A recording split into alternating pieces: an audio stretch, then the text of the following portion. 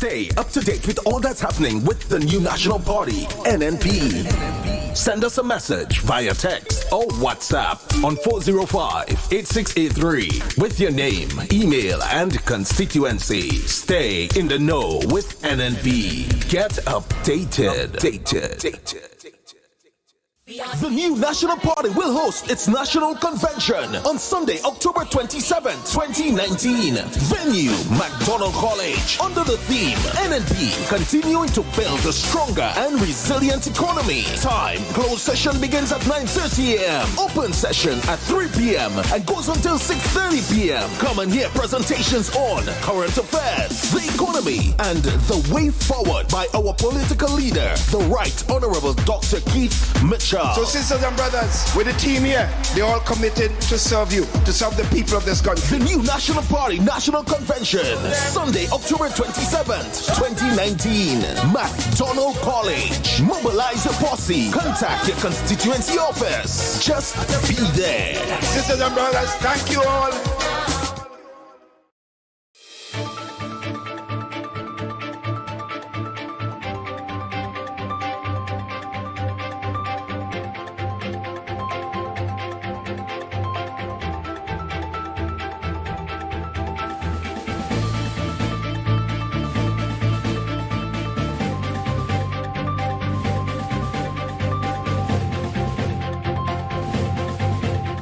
Unions refuse to show up to conciliation meeting in deadlocked wage negotiations. We'll have details to this story and more in the national report.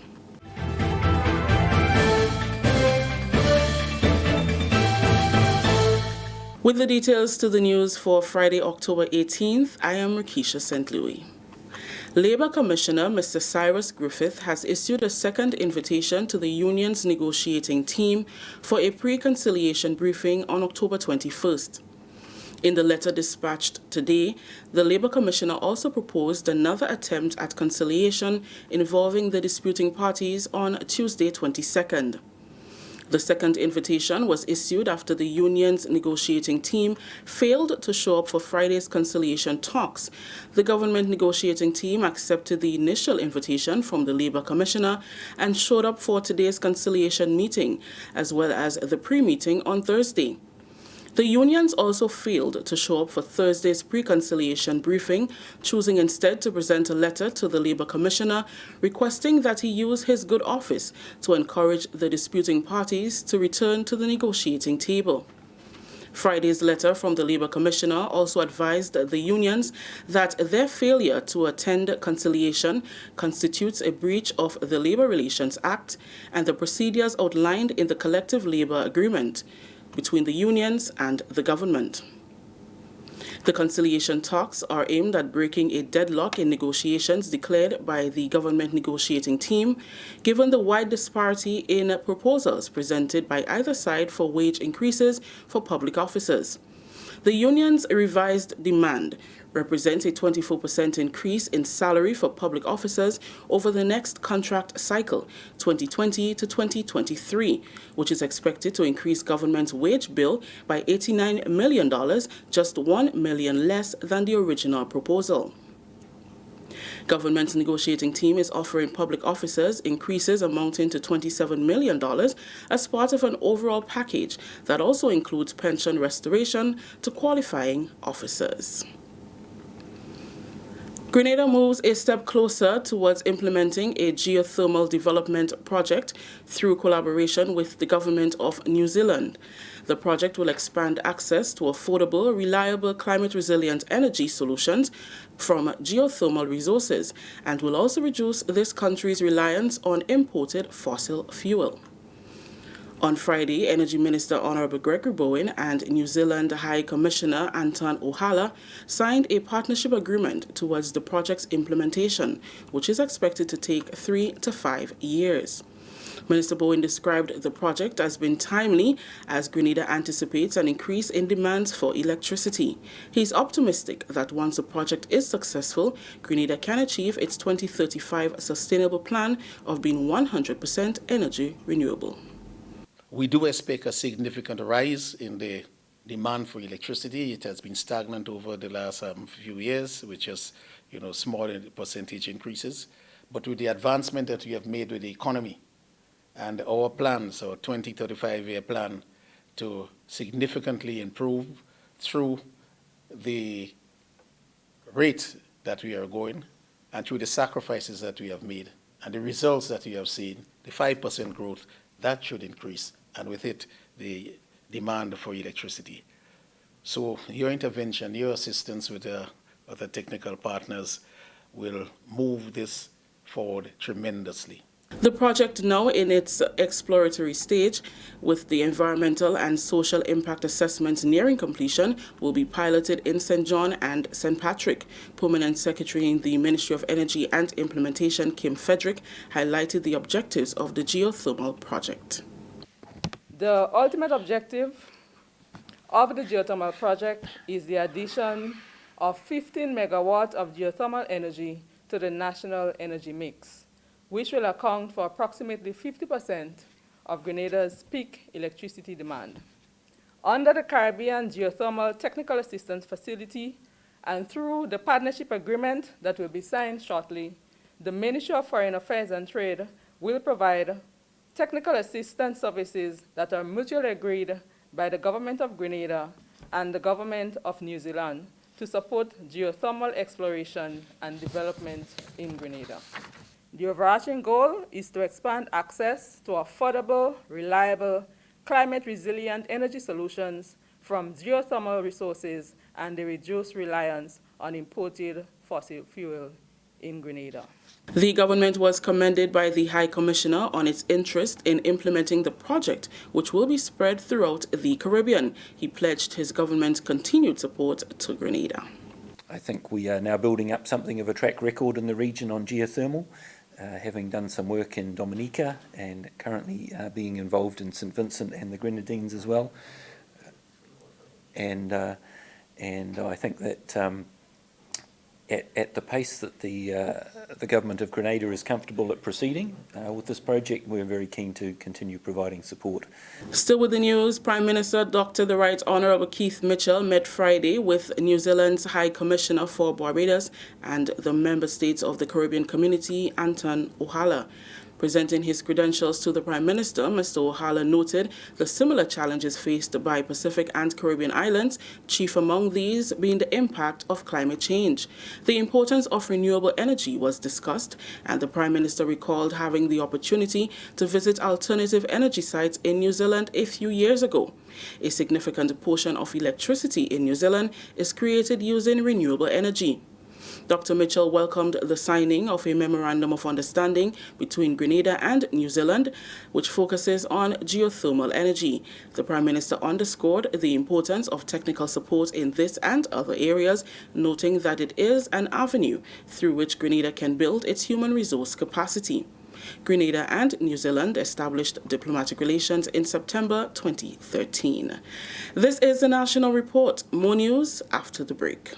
Grenada, it's coming as the Ministry of Youth, Development, Sports, Culture and the Arts brings to you National Youth Week 2019 and it's one full week of activities, vibes and action as the nation turns their attention on the nation's youth, and it's from Saturday, October 19 till Saturday, November 2nd under the theme Embracing Opportunities, Sowing Higher. October 19th and 20th, National Community Service Weekend, Island-wide. October 26th, Health Walk and Ministers Address. October 28th, Youth Vibe. October 29th, St. John's Youth Parliament. October 30th, Job Fair and Career Day. October 31st, Fun Nights. November 1st, Discovering Talents and Expo. November 2nd, it's National Youth Awards. Sunday, November 3rd, Ecumenical Service and Peace Concert. So urging everyone to be a part of Youth Week 2019, October 19th to November 2nd.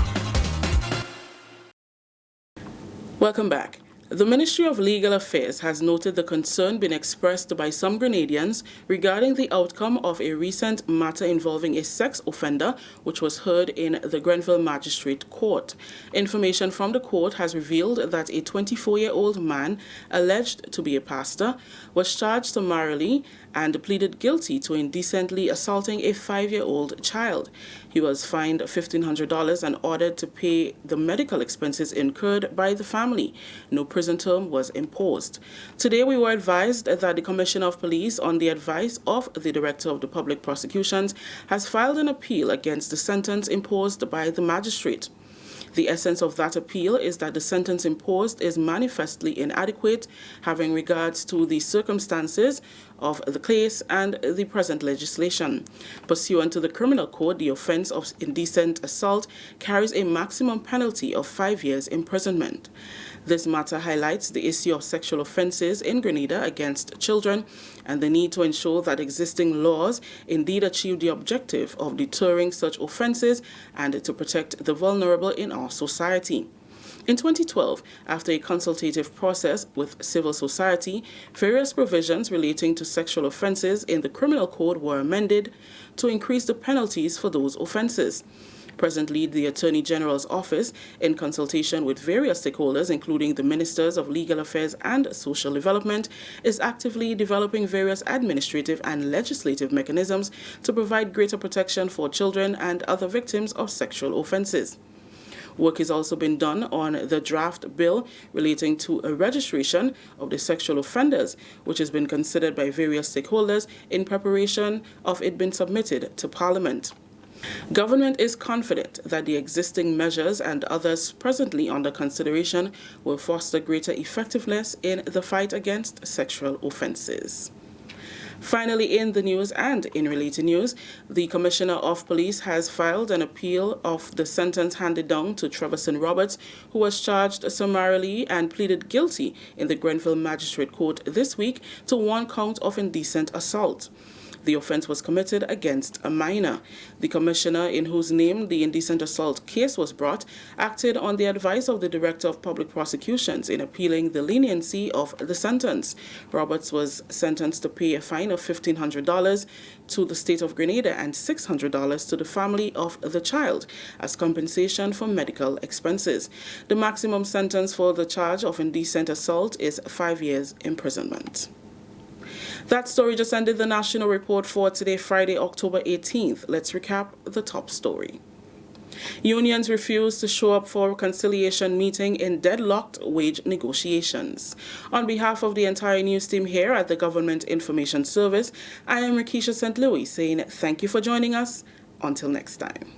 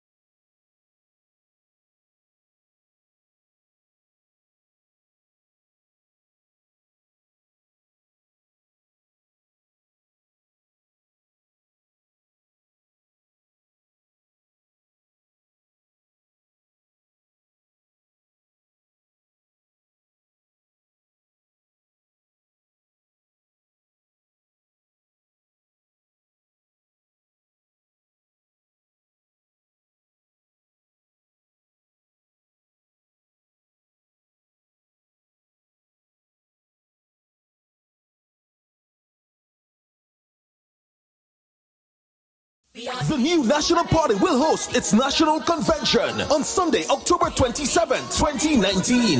Venue, McDonald College, under the theme NNP, continuing to build a stronger and resilient economy. Time, closed session begins at 9:30 a.m. Open session at 3 p.m. and goes until 6:30 p.m. Come and hear presentations on current affairs, the economy, and the way forward by our political leader, the Right Honorable Dr. Keith Mitchell. So sisters and brothers, with the team here, they're all committed to serve you, to serve the people of this country. The new National Party National Convention, Sunday, October 27th, 2019. McDonald College. Mobilize your posse. Contact your constituency office. Just be there. Sisters and brothers, thank you all. If you want to stay married, divorce speed. Never drink and drive. After whiskey, driving is risky. A message from the Traffic Department of the Royal Grenada Police Force.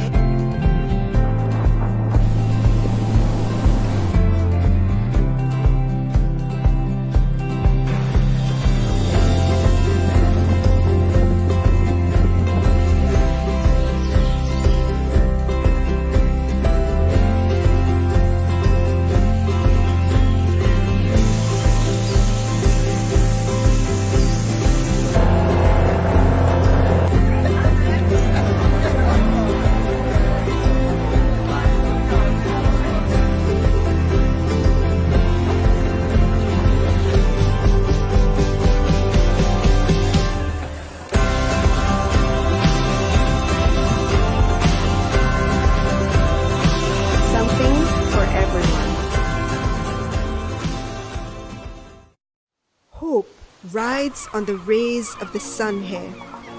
So too does the resilience of the people.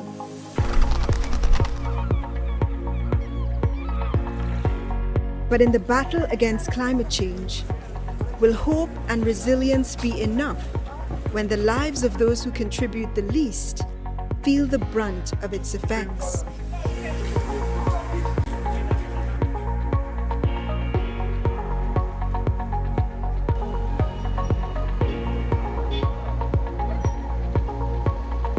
For us here in the Caribbean, climate change and its devastating impacts are our new normal. Hope is still the strongest currency in these parts. But a devaluation of life can come if the world sells the people short. With the realities of modern times, forever no longer has the same currency it had a generation ago. Rolling on the way through my journey, I've got a triple OG sitting right beside me. This old man, he played fall, he playing knick-knack on my door. Raises a white noise, light up the world. Here we go, and I follow the sun, 'cause it's bright on the other side of my window.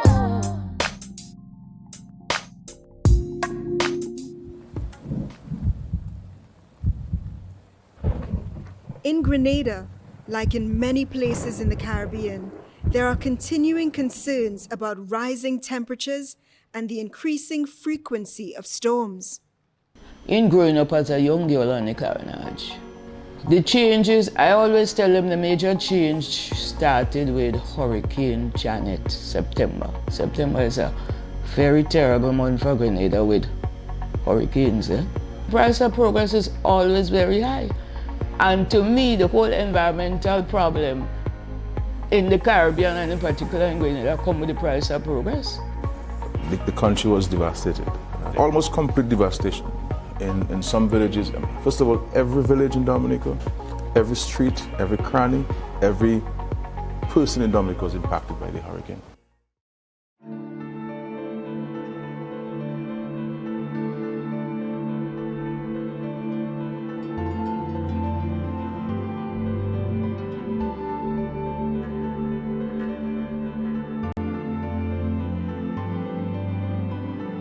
I know myself from since this is why growing up. Come here. So I used to come and enjoy yourself at the beach. And bathe and eat and drink and enjoy yourself and have fun. The river never is so much with the sea. But I know the water get rough. The climate got changing.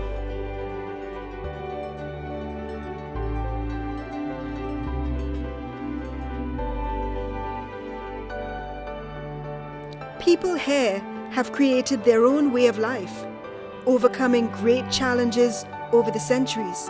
They are at one with nature, and nature is at one with them.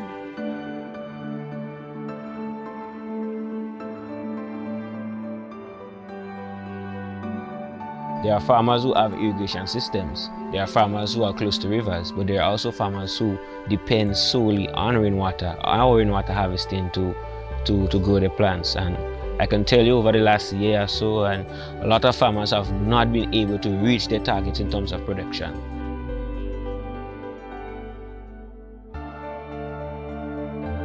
They followed the sun and the moon and the stars to maintain their livelihoods.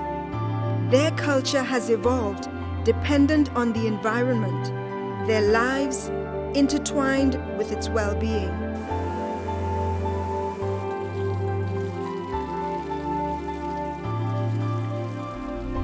We have no choice as a region but to pursue climate-smart development. Building the region's resilience to climate change, natural hazards, and environmental changes is not only a necessary and urgent development imperative, but is also a fundamental requirement to ensure our basic survival as a people. The problem with climate change is it's getting warmer faster in the temperate regions, and so earlier in the year, like February, March, when the birds are still here, they don't know they have to go home yet, but all the things that should be happening when they arrive are happening earlier. So their nesting sites are becoming available, their food sources, especially insects, are blooming. So by the time the birds get back to where they have to go, there's no food for them. Follow the sun, I follow the sun.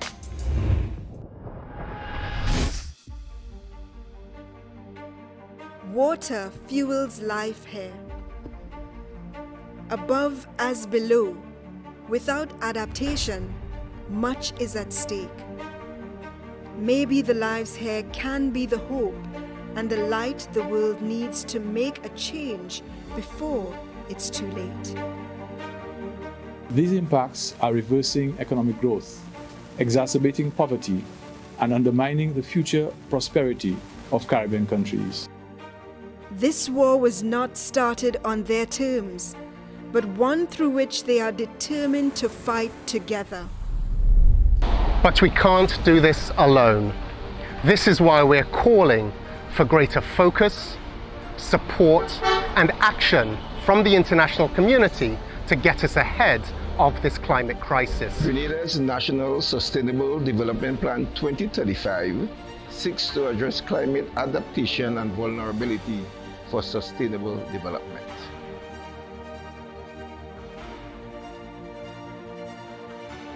Being on the front line in the war against climate change, Caribbean countries are pushed into action and are finding ways to overcome the challenges.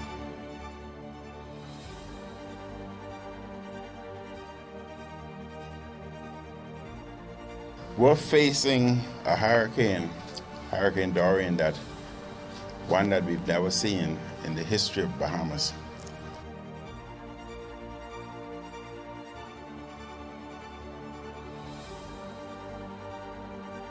I just want to say that as a physician, I've been trained to withstand many things, but never anything like this. We preserve, we protect, and we promote. Adaptation done right safeguards our economies and builds a better future for us all. The choice is clear. Delay and pay, or plan and prosper.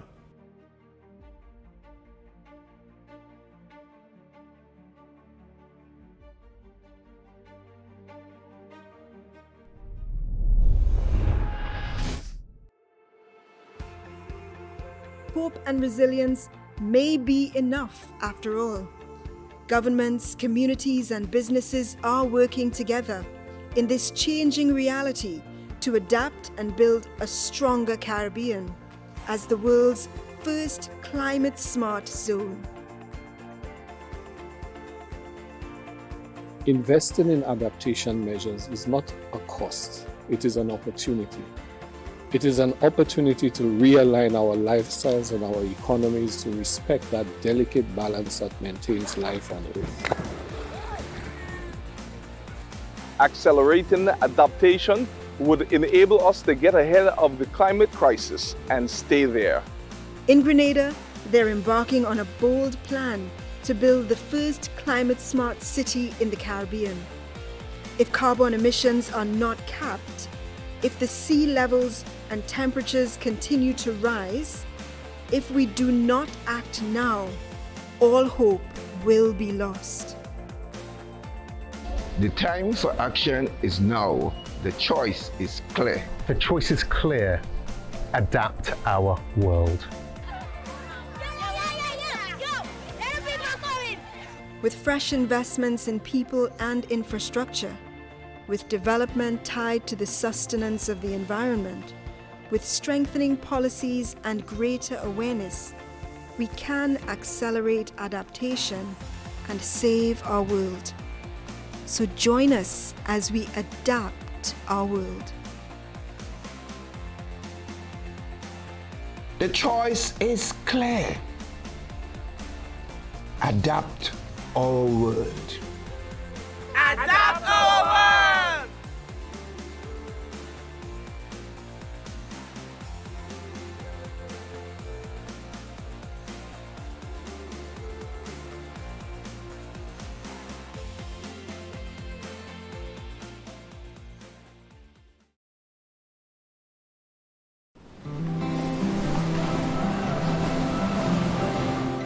You think safety rules are a pain? Try having an accident.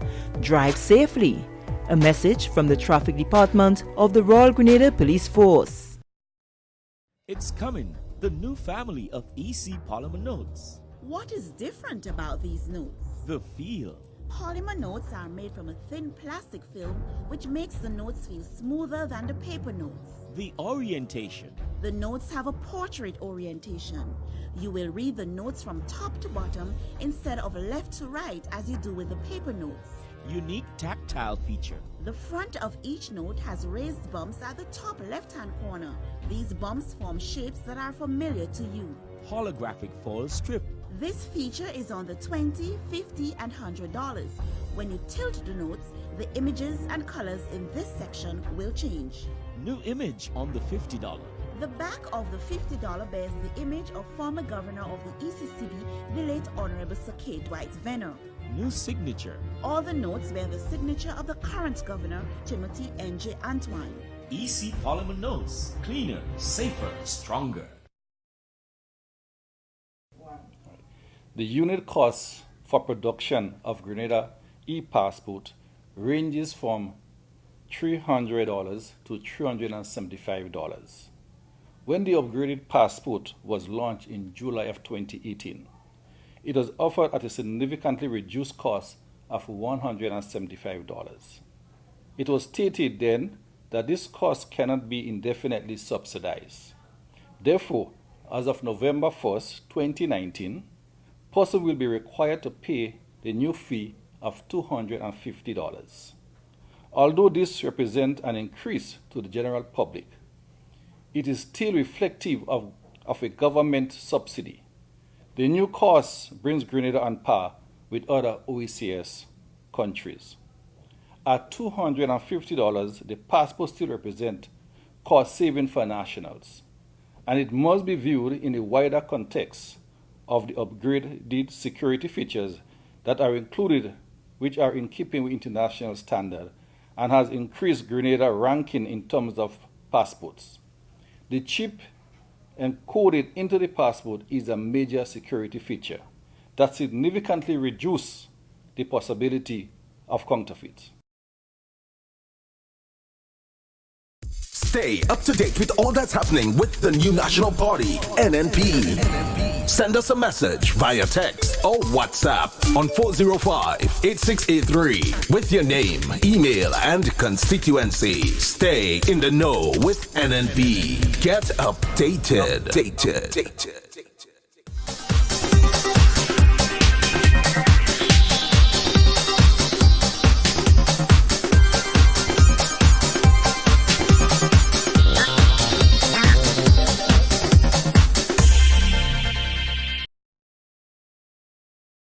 Care providers such as doctors, other service providers like pharmacies, and those who offer laboratory and imaging services, etc. Once this is done, all beneficiaries, whether baby or elderly, man or woman, employed or unemployed, including the disabled, will receive care. Under an NHI program, after receiving care, your doctor or service provider will send a claim to the NHI office, and the office will handle payments to your doctor or service provider.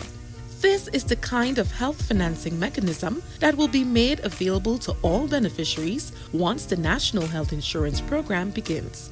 We hope this short production gave you a better insight into the different aspects of a national health insurance. For more information, contact the Secretariat on telephone number 439-6447 or email us at info@nhigrenada.org. You can also look us up on Facebook, National Health Insurance Secretariat Grenada. Don't forget to like our page. Look out for our next production as we continue to enlighten you on what a national health insurance program is all about. I am Abigail McIntyre saying thank you for listening, and do join us again next time.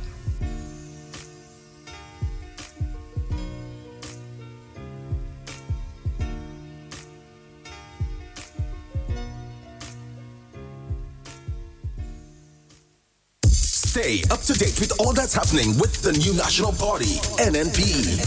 Send us a message via text or WhatsApp on 405-8683 with your name, email, and constituency. Stay in the know with NNP. Get updated.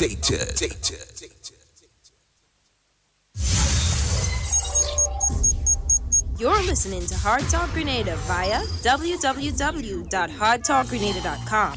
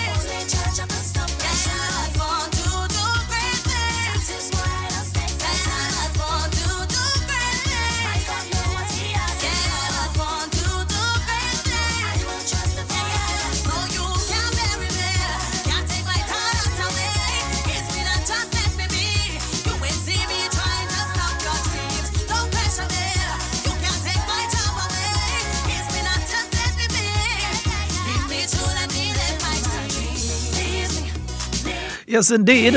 Good morning to you, Grenada, Carriacou, and Pity Martinique. Once again, it is time for Hard Talk. My name, Sheldon Scott, going to be taking you up until the 12 o'clock hour. We say a special good morning to all of you joining us via the various radio stations. Those of you on 97.5 CitysoundFM, 89.5 CRFM Community Radio on your frequency modulated. Good morning to you, Mr. Roll Garth. Also, good morning to all listeners out there on the Sister Isles of Carriacou and Pity Martinique. In Pity Martinique, Mama Jane, good morning to you. Sherma, good morning. morning to all our listeners out there on the island of Petit Martinique. And in Carriacou, Miss Matheson, Curtis, Rena and little Rena. Uncle Bar, good morning to you. And the staff there at Sister Riles 92.9 FM. Morning to you, Linton, Lisa Marie, Mr. Fraser. All of you out there, yeah, DJ Jack, yeah. All of you out there at Sister Ryle. Hope that you're having a fabulous morning this morning. Yeah, hope that you're having an absolutely wonderful one.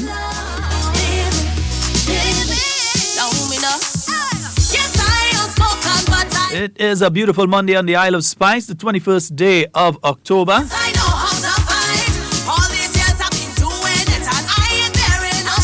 And all listeners out there in Brooklyn and also online via We Noise Radio 94.9. We say a very special good morning to you, Wade, to your mom. We know she's listening.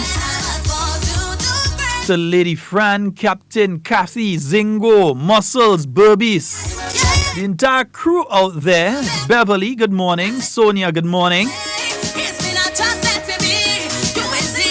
All of you listening via the various frequencies and online as well, we say special, glorious Grenadian good morning to all of you. And we hope that you're having a fabulous, fabulous day.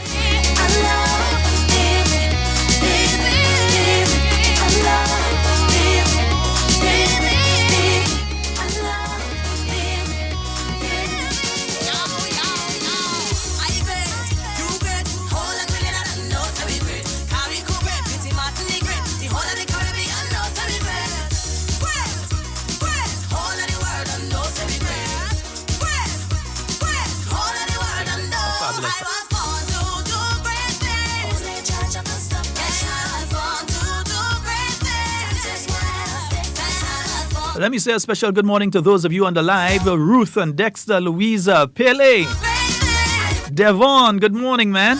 Shirley, good morning. Folks on the live, remember to like and share the live. Like and share the live. Yeah, you have to like it. And while I'm saying it, you know how to be doing it. So like and share the live. Yeah, make sure you do that. Yeah, it's important. Yes, indeed. Yeah, that big tune there by Valley Ned. Keep saying we have some very, very talented people here. Great things that I done. All of us sudden tell what they made I. Like they forgetting Jai is by my side. All of us sudden tell what oppressed me.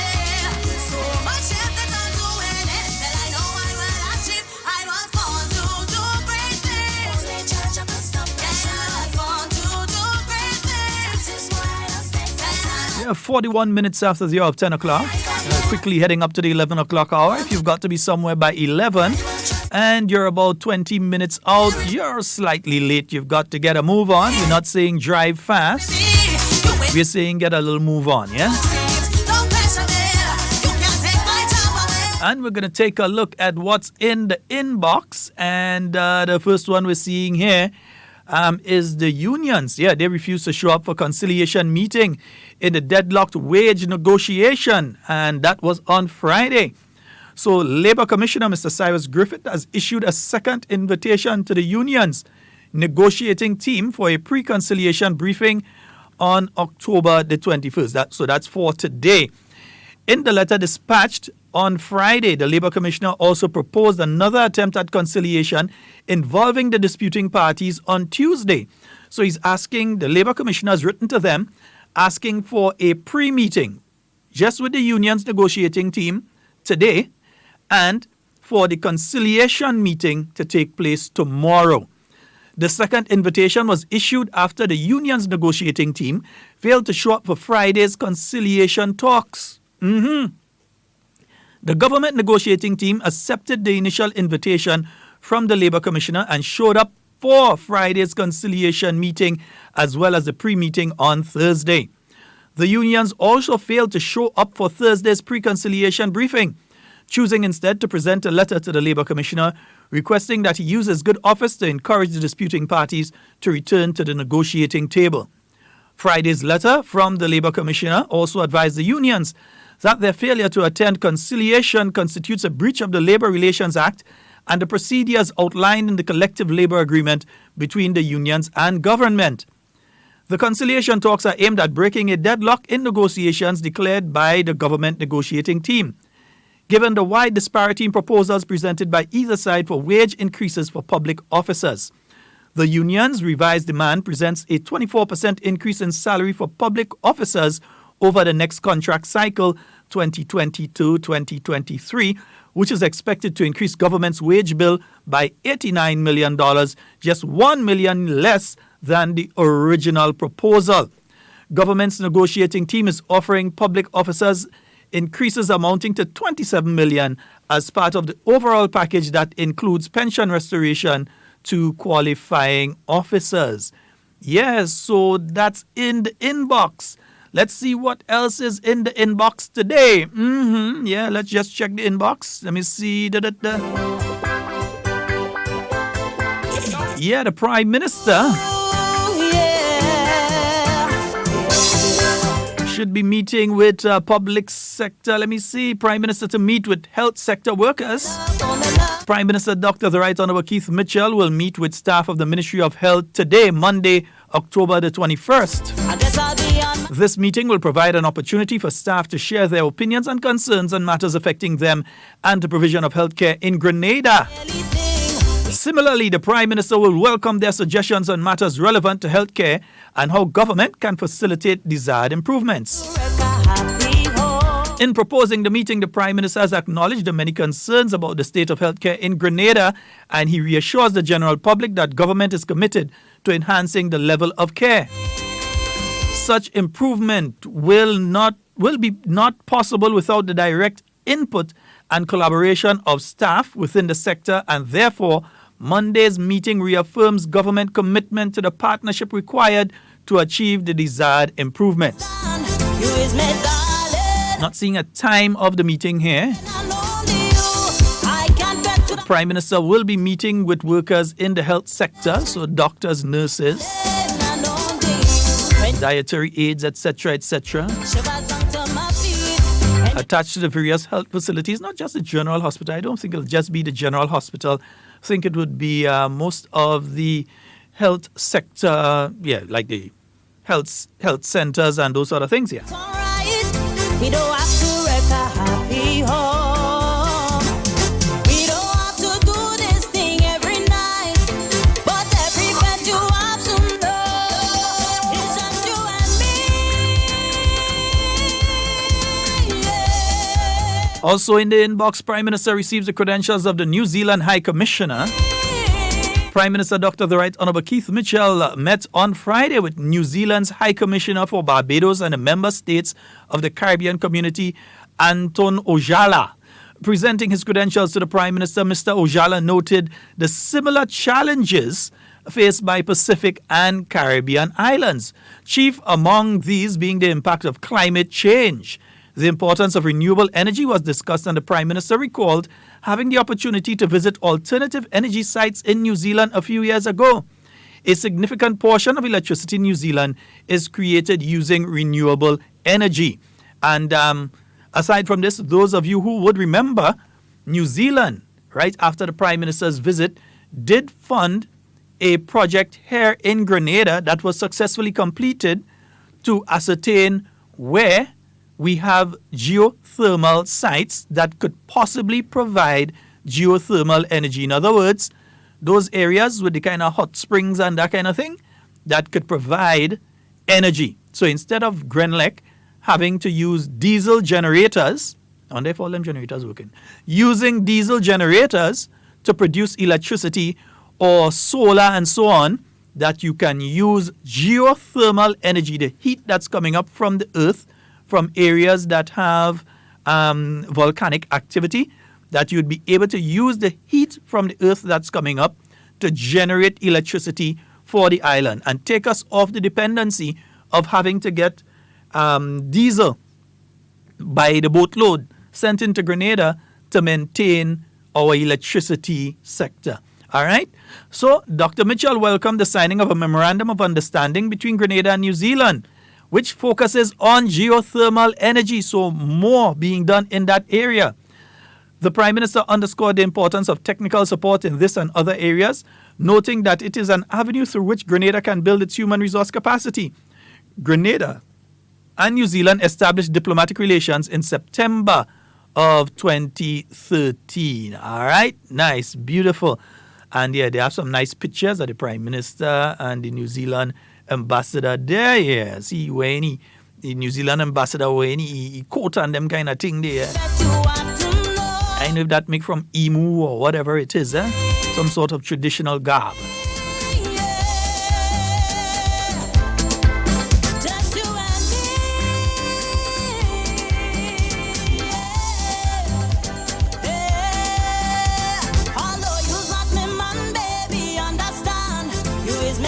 Jumping back into the inbox. Yeah, Grenada is the first country to sign vesting orders for Republic Bank's acquisition of Scotia Bank. Yeah. Prime Minister and Minister of Finance Dr. The Right Honourable Keith Mitchell on Wednesday became the first regional leader to sign the vesting order required to facilitate the acquisition of Bank of Nova Scotia operations by Republic Bank Financial Holdings Limited.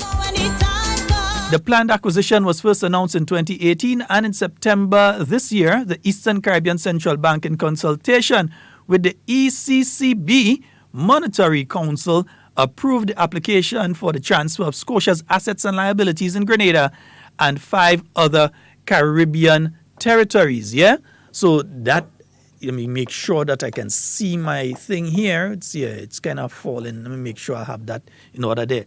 Yeah. Dr. Mitchell, who is the current chairman of the ECCB Monetary Council, said it was important for Grenada to show leadership in the conclusion of this matter. He said, I wanted to signal that Grenada is the first to sign that vesting order. I felt this initiative was important to demonstrate that we have in fact settled the issues that were concerning to us. Having sat at the table of the Monetary Council and having to confront all of the issues that faced us with regard to the sale of Scotia Bank, I did my best to counsel others to approach this with an understanding of the importance of finance to the region and implications it has for the regional banking system, knowing the challenges that we face.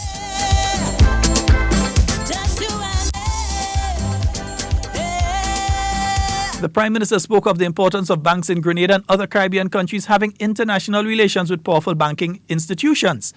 I see Republic Bank, given its history of banking relations with international institutions, as an important factor. Let me see, I lost it. Yeah, in the decision made in Grenada's case. Also, for the Monetary Council, when we debated the issue, we felt that that was a key factor. This is not just a thing. This is a early thing. We both know when the time comes. This is not a problem.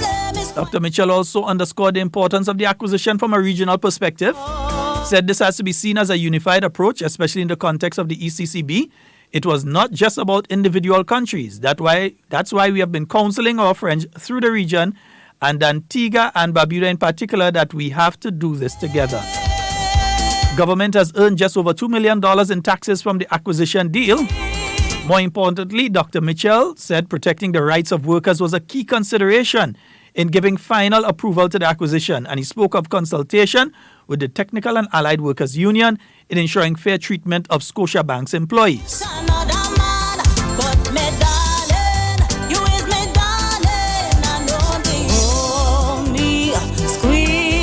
Yes, so Grenada becoming the first country to sign the relevant documents so that Republic Bank can officially take charge of Scotia Bank's operations here in Grenada. But doing that only after ensuring through the Technical and Allied Workers Union that the rights of the workers at Scotia Bank are protected and safeguarded.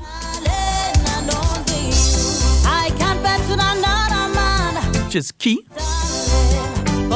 Wouldn't like some organization take over one organization and then everybody loses their jobs and so, or people are unfairly treated. So it was important to work along with the unions on that particular issue, and that is what Grenada has done. Baby, understand. You is my darling. You is my darling. And only you. Also, Prime Minister Mitchell once again taking the lead on this issue. You is my darling, and only when you touch me, I just get weak. Shivers down to my feet. Anytime that feeling comes, baby. This is not just a fling. This is a early thing. We both know anytime come.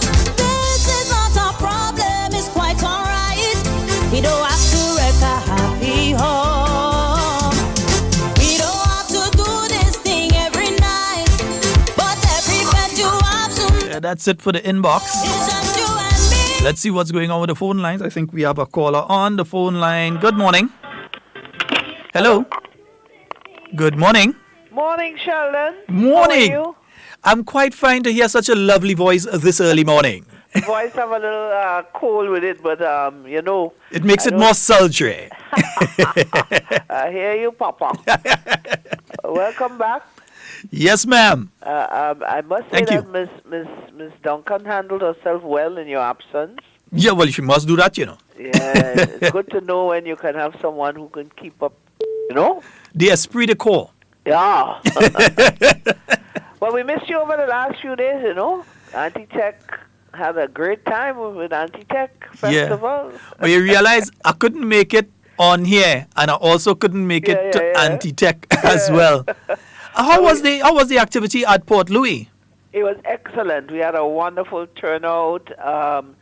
The publishers were very, very pleased. You know, it was a very nice social gathering. They read from their books and so on. And we had wine and pizza and, you know, just ensure that they chat around and enjoy each other. That's the whole idea of writers when they come together. They haven't seen each other in a long time. Mm-hmm.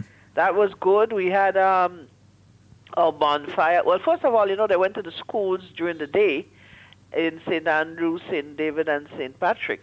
Wonderful. They chose a few schools. They read with the kids, and oh my goodness, the reports coming back was overwhelming, the way the children engage themselves in the whole process. And that is so key, you know, with the children and reading and so on. Mm-hmm. Yeah? Yeah. Let me before you move off that one, I'd like to ask a question that maybe you can answer, maybe you can't answer.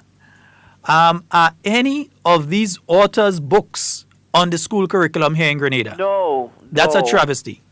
No. We have to fix that immediately. That has to be fixed. We have been trying our best, you know, and I think too it has a lot to do.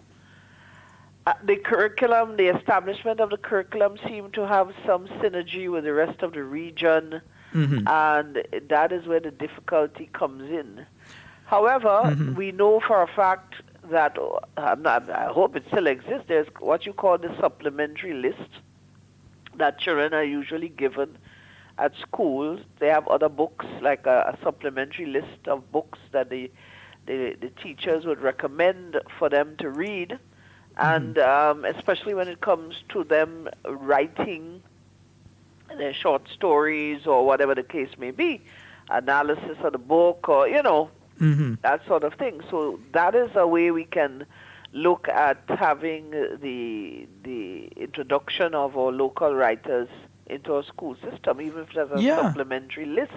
Because I think, not I think, but I believe we have such a body of work, and the Anti-Tech has been showing that we have a body of work. We have fiction, we have non-fiction, we have historical, we have cultural. There's such a volume of literary work out here. If you're speaking poetry, etc., that there must be some way, even if it's on the CXC guided curriculum, or if in Grenada we include a module at the primary school, secondary school, and tertiary level that includes Grenadian authors and Grenadian history. I think we continue to spin up in more on that one. Well, we do. And what is interesting, Sheldon, we know that as Caribbean people, we are not good at archiving or history and so on. And I remember Chalk Dust when he was here for our award ceremony 2 years ago. He said that, you know, we record our history and our culture within, and our politics within our calypso and in our writings. That's where we find it. If you want to know what happened in 1976, you may find it in a calypso that was done in 1978. Details, yeah. And funny enough, that's how most of our information is embedded within that process. You know, if you want to talk about 1983, if you listen to some of the songs you hear from 1983, you get an understanding as what took place then. You know, likewise in our books, there's so much written there that people can grasp. I'll give you an example. Herman Hall's book on Fénon made reference to some Red River up in Closier up there, and it linked, eventually he linked it to why this river was referred to as the Red River, because that's where when the Fénon rebellion took place and so on, a lot of the blood was washed down from the hills there into this river. You know, and people seeing the redness refer to it, the older folks used to refer to it as the Red River. Now, where else would we find that kind of information but in Herman Hall's book, written, yeah? So there's so much value in these things, and we have to start exposing our people, especially our children, our next generation, to that kind of thing, you know? Yeah. Even when you look at books that are written on Grenada, not necessarily from a historical or cultural perspective, you find that they would use a lot of places and people and community engagements that would have taken place as very descriptively into their novels, even if it's on a social issue. So embedded in these books, you find a lot of history and a lot of information that is pertinent to our existence, you know. So let's see what happened. We had a big bonfire night up in Grenville. It was very interesting. Robert White was at his best. You know, the dancing, the singing, the drumming. We had, there, I see you put up Miss Brenda. Where Brenda was a hostess on Saturday. So the bonfire night went down really well. And then, of course, the Saturday in the mall, the book reading and poetry open mic. Interestingly, we've had a lot of writers coming out and reading from their books, and we had Roger Bayer, who has been a Vietnam vet. He wrote on his memoirs in the Vietnam War, and he was a featured writer, author, published author for that occasion. But we had other people reading as well, people like Miss Joseph, Rita Joseph, Olivetti. She used to be a magistrate judge. We've had Gilbert, Jeffrey Gilbert. We've had actually Mrs. Sylvester, Louise Sylvester, who is Mrs. Gary's mother. She wrote her memoirs, and we had someone reading it, Janice Martin reading from that. That was really interesting. So Mrs. Sylvester is in her 90s. Wow. You know, we had Dante Wilkes doing poetry, and it was quite an engaging afternoon. So we are very proud that we are keeping, the legacy of Auntie Tech, who was our folklorist, alive, especially when it comes to the bonfire night and the Nancy stories and the singing and the dancing, which was her thing. And we are giving an enabling environment, a platform. There is Mrs. Sylvester there and Janice Martin reading from a book. Very interesting writing. So we are glad that we are able to provide that platform for our authors, and also make very important books available to our people, or local books. There are over 70 published authors, Grenadian authors, at home and abroad. And I'm sure there are more. That's the count we've gotten to for now. So don't take us for granted. We write a lot, a few books may end up in big movies pretty soon. You know what I mean, Sheldon? Of course. I write in one about 20 years now, You're trying to tell us about where you were on October 19th, 1983? You want me to tell you that? Yes, I want to know where you were. Since I have you here, where were you, October 19, 1983? Before I get on into that sort of emotional journey, Sheldon, let me just say this. Tonight is a special night.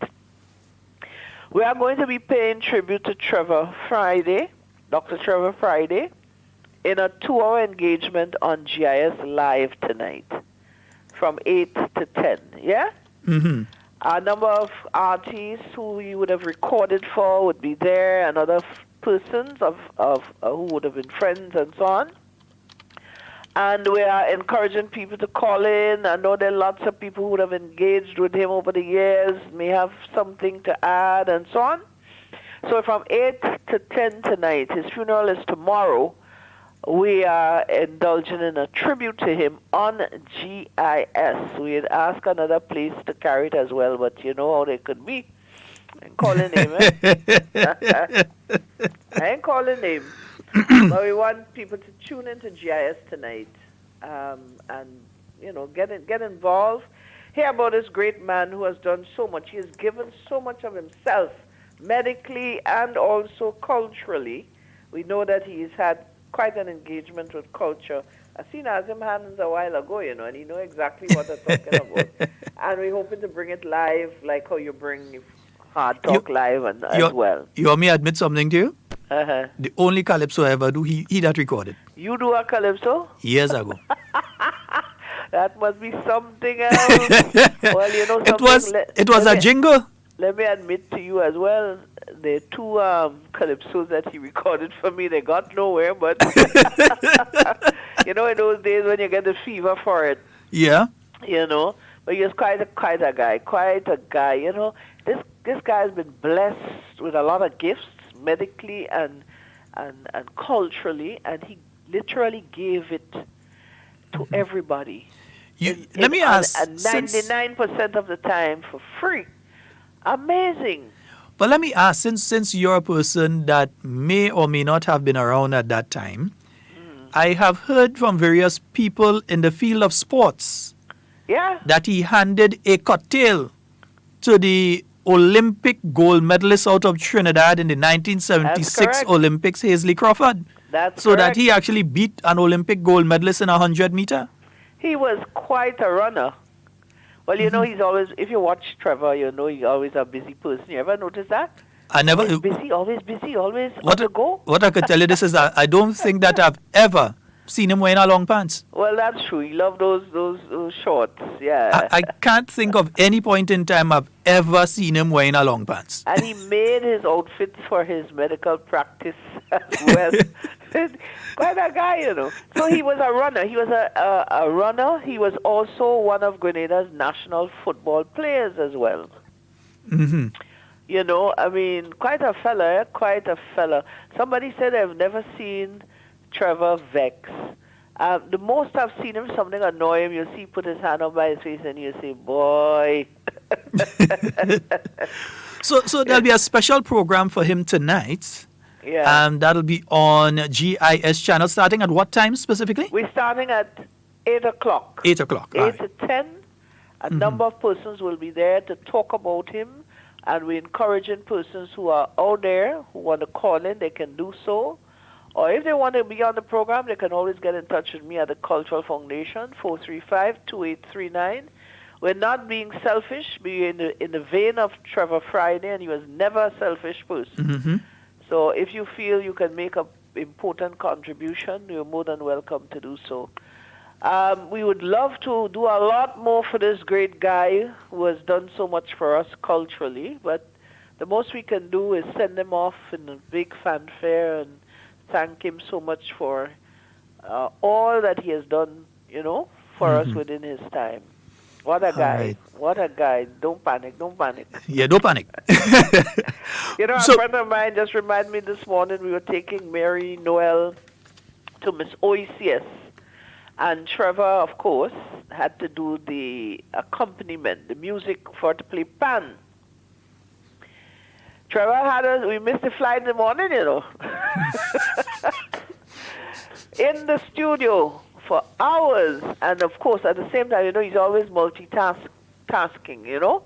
So he's doing all this thing in the studio. There's a studio in Springs, and by the time we came out of the studio to get home to bathe, to change, flights leave us. Yeah. My daughter said to me on the phone when I told her he passed away. She said, "Mom, I remember going there with you. This guy was something else. You remember he used to put people inside the toilet to record?" But that's where I record my own. You had to go in the toilet and record. And you had to hope somebody didn't recently use the toilet too. You understand? I said, "You remember that?" You know, he was innovative, creative. He's downstairs in his basement, and you know, he had things on the wrap. You know, what a guy, eh? Yes, indeed. And he'll be laid to rest tomorrow. What? You have any details? Yes, they were starting out at 11:30 in the Catholic Church in St. Patrick, Anglican rites, because of course, you know, the Anglican Church up there is very small. Yes. So that's going to be from 11:30 tomorrow, with tributes and so on, and then of course the funeral service continues. We are going to be live. Nazim is very much in gear with that. It's going to be live.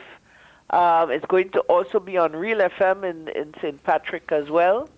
You know, so folks who out there in the diaspora, I know people like a Jamo is out of Ireland. He obviously would have loved to be here and be a part of this. Even Andre Donald, because Trevor is his godfather. But unfortunately, he's not on Ireland, you know, but he's doing his best from where he's at. So that's going to be taking place. We'll be saying farewell, final farewell to our dear brother tomorrow. In St. Patrick, as you know, that's where he's from. His family, mother, father has been buried up there. And that's where his heart is. Hence the reason why, after living in St. George's for a number of years, when he returned from studies, he went back to live in St. Patrick, you know? That's his hometown. Can't take it away from him. A true patrician. Yeah, man, all the way. So before you run off, Sherma, where were you October 19th? Sheldon, I was on the fort. What I can tell you, I was working in the city at the time, and Mr. Kenrick Radix came into the town, into all the business places, and talking about we're going to free Morris Bishop from house arrest, So everybody sort of left work. I left work. I went home, changed, went up Lucas Street, up to Mount Welldale. Then they got him out there, heading up to the... First of all, they said they were going to the Market Square. Then that was changed, and we went up to the fort. Big gathering up there. Everybody waiting to hear from Morris, whatever. At a point in time, they said that there's some folks going down to the telephone company to see if they get arms down there because there was nothing in the armory and they were hoping to protect themselves from whatever. But apparently the armory was cleared out because they said they didn't want anything there. And people were just chatting on the issue in the square, the first square. As a matter of fact, I was at almost to the brink of the hill, and in the company of Mrs. Kreff, Jacqueline Kreff's mother, and Avis Ferguson, deceased, and a few other people, and we were there stand up chatting. And Mrs. Kreff said she's going home to make some sandwiches and stuff to bring back for them. Yeah? Morris and Jacqueline and all. She walked down, left us and walked down the hill, and I walked into the crowd. And by going into the crowd, all of a sudden, I heard boom. And I see people start to scatter and people start to fall down on the ground. Now, Sheldon, a lot of people claim that they was fired from the veranda onto this, what you call that gunning thing again? ATR machine? BTR or Whatever. BRDMs? I am BTRs, not I a think, military person, but the tank. Now, there is no way to me, in my mind, automatic rifle, which go or a single shot gun could go boom. Yeah? Mm-hmm. That is what I experienced. To me, that was the first thing that came out. Now let me say this to you. This vehicle crept up the hill, because they're very quiet, and shot out, what do you call it, a cannon? I don't know what you call it, into innocent people. You heard the word? Innocent people. Where did they hit? Did they hit the veranda, people on the veranda? No. They hit the people in the crowd standing in the square. So the first set of people that died on that fort were innocent people, including Avis Ferguson, who I was standing next to. And if I did not move away, or if Mrs. Kreff did not leave to go home to make sandwiches, we too would have been dead. Wow. When that started to happen, and we started to hear automatic rifle firing, people start to scatter. I look at people climb, because you had to climb the wall to jump, eh? And people would climb this wall. Don't ask me how they climb in the wall. They climb in the wall, and all of a sudden you just start to see splashes of blood appearing on their backs. Because why? They've been shot, falling back down on the ground as they're climbing. Yeah? Mm-hmm. Because there is a square, you have the wall, you climb it to jump behind there, where people see people jumping off. Yeah? Mm-hmm. Now, when I see people just falling back from that wall with blotches of blood on their back or their head or whatever, being shot, innocent people. I know, I saw a man pick up his son. I know the man very well. I won't call their name. He grabbed his son. Yeah? Climb. And then he disappeared because he jumped behind the wall, you know? And people running all over the place, bawling, falling down. Now there's a step that goes up to the top part of that building where they had Morris and so on. And you know, there is a back to the step. There's always a back piece, like a support to the step. I happened to get behind this step. And there you had about 20 of us trying to fit behind this piece of wall. And people shoving each other back and forth. And as they shove back and forth, boom, a man fall down. They shoot him in his head, right by my foot. Yeah? We remained behind that wall and listened to the firing and firing. At that time, I don't know if there was cross-firing back and forth, but all I know was just firing and firing going on. I had 2 high school girls with me. They obviously had what you call a shrapnel or whatever. They had bullet wounds, one on the shoulder. Can't remember where the other one had it. The little rag I had ended up with blood on it. And I grabbed onto these 2 girls and I said, no, you have to stay here. This is the only place that we have some measure of protection from this firing that's taking place. They had some other people there. I held on to this two school children. They're bawling, they're in tears. Yeah? And I started to pray and pray, and we stayed there behind this wall. Then there was a little lull, and we hear somebody say, as though there was this cave there, and somebody said, the tunnel?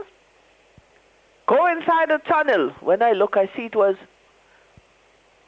Goat, Lester Redhead. I have to thank him for saving my life today. Trust me. We ran into this tunnel with the hope that it had an exit When we got in there was no exit. So everybody started to panic because we in a tunnel, and what if one of them come and start to shoot down inside this tunnel?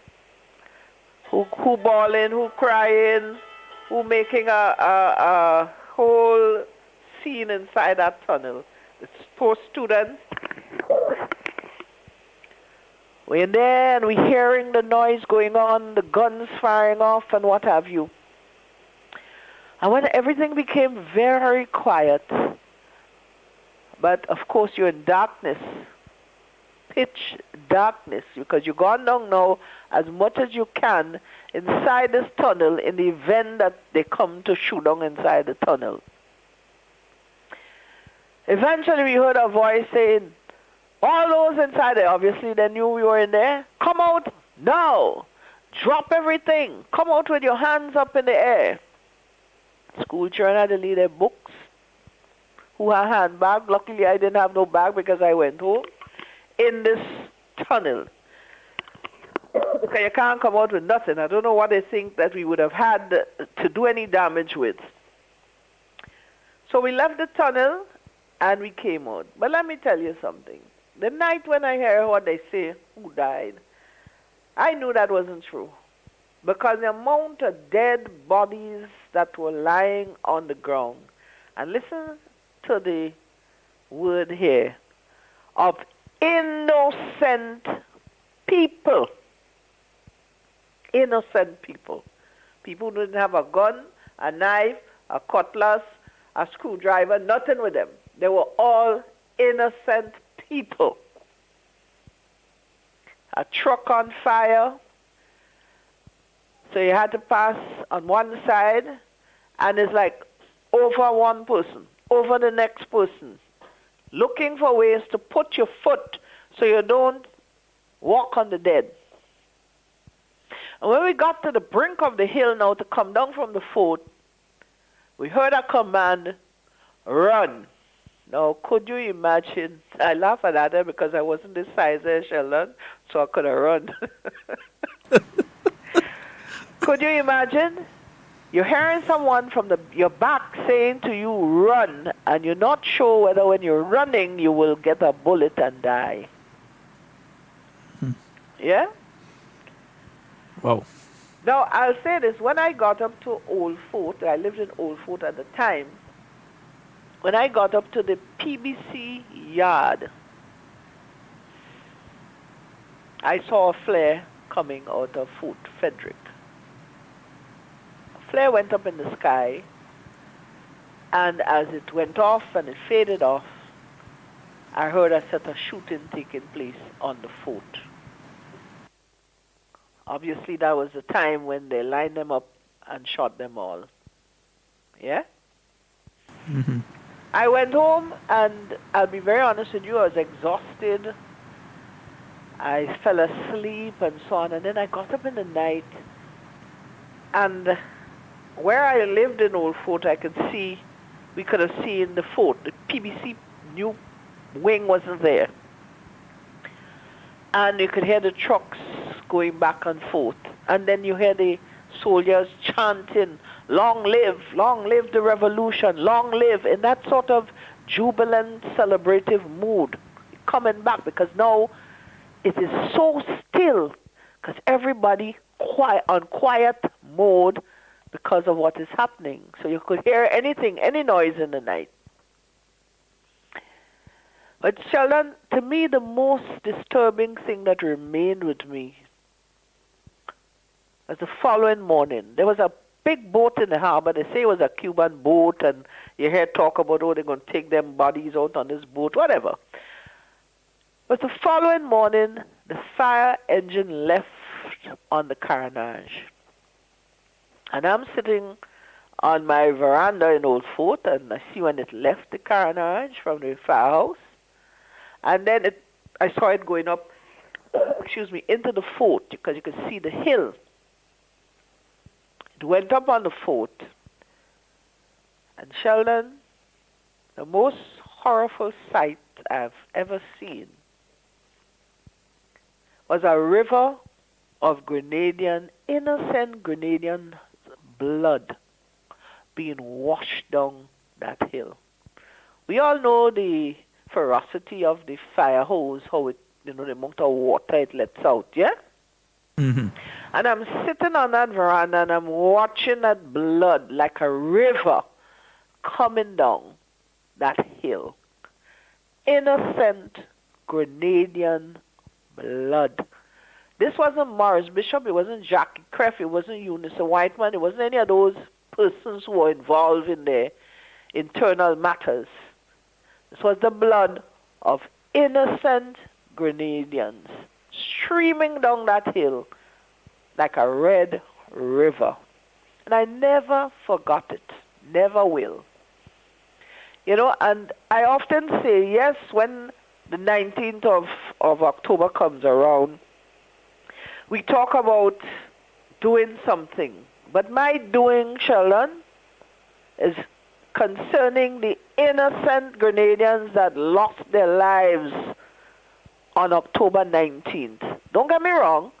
I understand the hierarchy, and yes, they were very important people to us, but nobody speaks about the innocent. Nobody talks about the amount of innocent people that died there. You know? And if we have to do anything about October 19, I believe that more than ever should be the focus, because we lost brothers and sisters and aunties and mothers and fathers. And just imagine you're at home, you don't know if your school child coming home or he didn't come home. Some of them didn't. There were youngsters there as well. Yeah? Mm-hmm. Mm-hmm. And that irks me more than anything else, because I know that 95% of the persons who died in that first square weren't soldiers. They weren't on any political journey to be fighting with guns and so on. They were innocent people in the whole process. The thing was, they had no right being in a military place. Come on. I rarely talk about these things, Sheldon. I drag you out today. You rarely talk because, you know, when I think about the fact that if Mrs. Kreff did not leave that point to go home to make sandwiches, she would one of the numbers as well. If I did not move in, because Miss Ferguson, Avis Ferguson, a few of us stood up there talking 2-3 minutes before she was a dead person. Yeah? Mm-hmm. Wow. It's always a difficult one for us as Grenadians to listen to. And for those of you that lived through it and were there, it's always a difficult one to relive. But it has always been and will continue to be my belief that we need to continue to speak the truth and let the young ones who are coming up know what took place back then. Because those who forget the past are doomed to repeat it. So we always have to, those of you like people like yourself who was there, need to speak and say what happened. I think it helps the individual to come to terms with it as well. Because many people all these years after still have not come to terms with certain aspects of it. You know, I imagine it is difficult for a lot of people to relive, because you make me talk here this morning and it's like something stir up inside of me, because I don't really talk about this, you know. And it gets to me because I think that we're missing a significant part of this whole tragedy that needs to be put under the microscope and given some sort of, I don't even know what the right word to, Sheldon, and I don't want to minimize the importance of the persons who would have died in the top square, Morris, Jackie, Unison, and all these guys. But we have to also start talking and thinking about ones who were there and died innocently. And I could have been part of that group who died innocently. I could have been part of that group, you know. And I guess people may not understand it who did not experience it at the time, may not understand it, the where I'm coming from, because the focus is on the big guys. The focus is always, every time we hit October 19, that is where the focus is. And I'm not hearing people really speaking in regard to the innocent people. You know? You may hear a mother say, yes, I lost my son, or somebody lost somebody, but so many of them. They're shot down like animals. Likewise, like the rest, they were too shot down like animals. You know? Mm-hmm. Oh boy.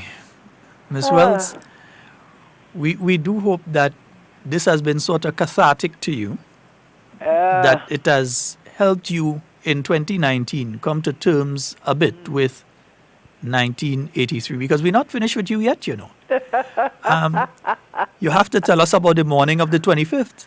Oh, Lord. But I'm not sure if you want to go into that one time. Another story. Listen, let me tell you something. Sheldon, that's another story, because I've had a little experience there. Remember, I lived in Old Fort, eh? Yes. And there were foxholes dug there.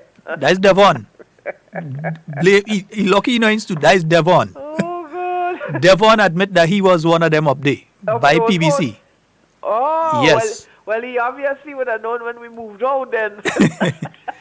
And Devon did not shoot at the helicopters passing by because you all would have been the ones that get the when they're shooting at them. Oh my goodness. But anyway, boy, I'm telling you, we can laugh now, but you know, that part of it, and I think too, Sheldon, because experiencing the blood washing down that hill and knowing who it belonged to, that is what gets to me. Mm-hmm. That's what really gets to me, you know. It was something else to sit there and just watch. And, you know, when I first saw this red thing coming on, I said, what the hell is this? And then everything just played out in my mind. This is the blood of people. Fire engine washing it down, cleaning down the square. Could you imagine? You have to get your fire engine to come to deal with a scene, to clean down a scene where people were killed. Yeah. And our good friend Toro is asking a question there, and it's an important question. Is there any account of the number of innocents who died? There should be by now. That's Toro, brother. I know. No, Toro is asking, not Depo. If there is a count? Yes, because, and I've heard this argument before, that Grenada is such a small country that obviously we'd have heard from families that I lost this family member, I lost that family member, and so on and so forth. Well, I know that when the, it was, I think, Commonwealth Secretary of the United Nations, one of them, that they were here, they were on the Carriacou, and I remember they were putting data together. They did have some data, but I'm not sure whether it was accurate as well. Because, you see, things happen so rapidly. I understand that some folks weren't sure whether their loved ones died on the fort or whether they died while fighting on the, you know, so it was a bit confusing. So I'm not sure if there is any accuracy in terms of the documents, that the data that was put together. Mm-hmm. And also there's the other question, and this one from Depo, where he's saying, basically, if some of the people that you saw may have been seriously wounded but not died. Well, it is possible, because you hear of stories of one or two persons jumping off the truck. You hear of a story where the truck stopped in Springs, the driver stopped for water, and a man say he get up because he wasn't, you know, that badly injured. But obviously there may have been persons who could not have gotten up because they were so badly injured. And when you're picking up a whole pile of bodies, they're not even aware whether somebody still alive or whatever the case may be. I don't think they would think about it. Okay, even if they meet a man and the man is whatever is blown out, but you see him breathing, whether he would have taken it. You never hear of them picking up people and bring them to the hospital. There were people who went to the hospital. I think they were able to go on their own or whatever the case may be. So it's very possible that they would have taken down people who weren't dead with the dead.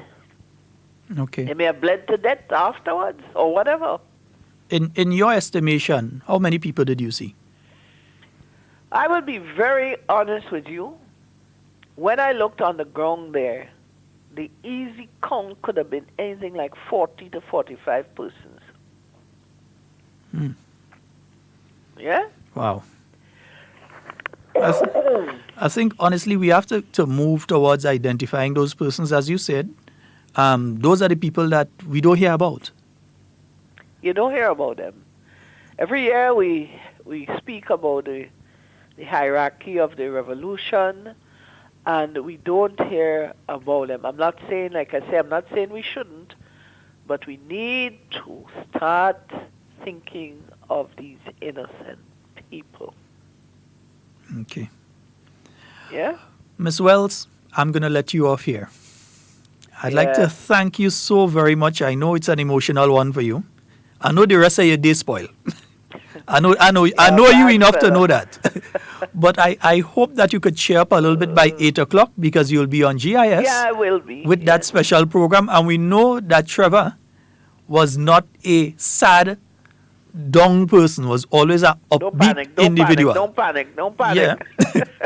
Always an upbeat individual. I'll give you one joke before you go to just try and change the mood a little bit.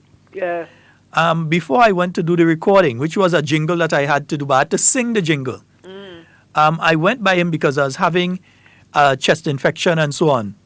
And he gave me antibiotics. I got the antibiotics, and I was told no alcohol with the antibiotics that I was given.